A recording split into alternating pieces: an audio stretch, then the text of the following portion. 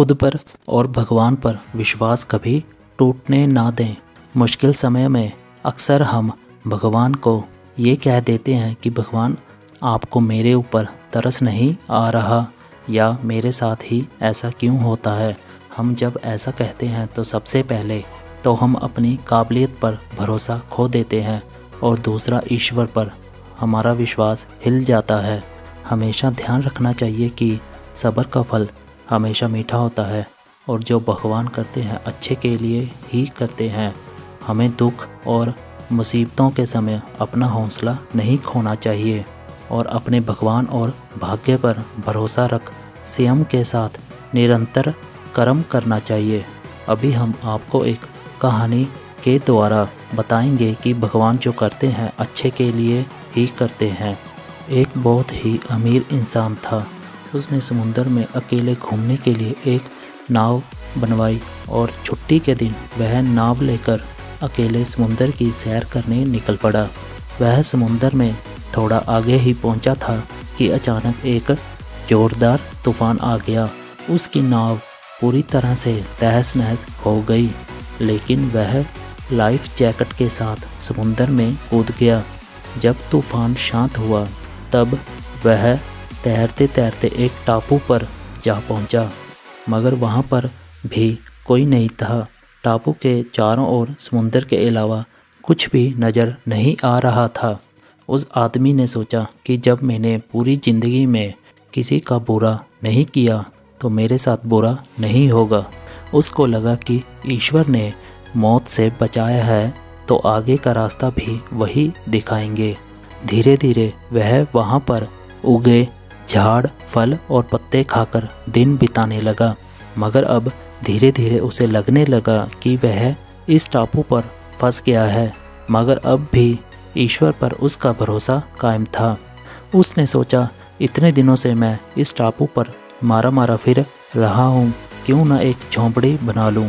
पता नहीं अभी और कितने दिन यहाँ बिताने पड़े। पूरे दिन लकड़ियाँ और पत्ते वगैरह इकट्ठे करके उसने झोंपड़ी बनानी शुरू कर दी। रात होते होते उसकी झोंपड़ी बनकर तैयार हो गई थी।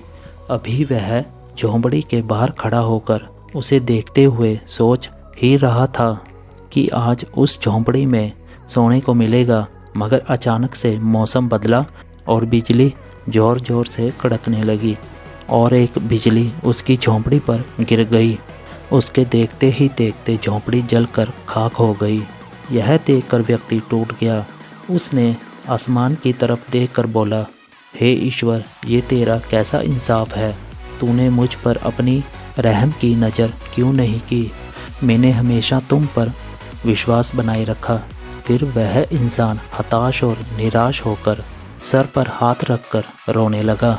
अचानक ही एक नाव टापू के पास आई। नाव से उतरकर दो आदमी बाहर आए और बोले कि हम तुम्हें बचाने आए हैं। दूर से इस वीरान टापू में जलता हुआ झोंपड़ा देखा तो लगा कि कोई उस टापू पर मुसीबत में है। अगर तुम अपनी झोंपड़ी नहीं जलाते तो हमें पता नहीं चलता कि टापू पर कोई है। उस आदमी की आंखों में आंसू गिरने लगे। उसने ईश्वर से माफ़ी मांगी और बोला कि हे ईश्वर, मुझे क्या पता था कि तूने मुझे बचाने के लिए झोंपड़ी जलाई थी। यकीनन तुम अपने बंदों का हमेशा ख्याल रखते हो। तूने मेरे सब्र का इम्तिहान लिया, लेकिन मैं उसमें फ़ेल हो गया। मुझे माफ़ कर दो। इस कहानी से हमें ये सीख मिलती है कि दिन चाहे सुख के हो या दुख के, भगवान अपने बंदों के साथ हमेशा रहते हैं।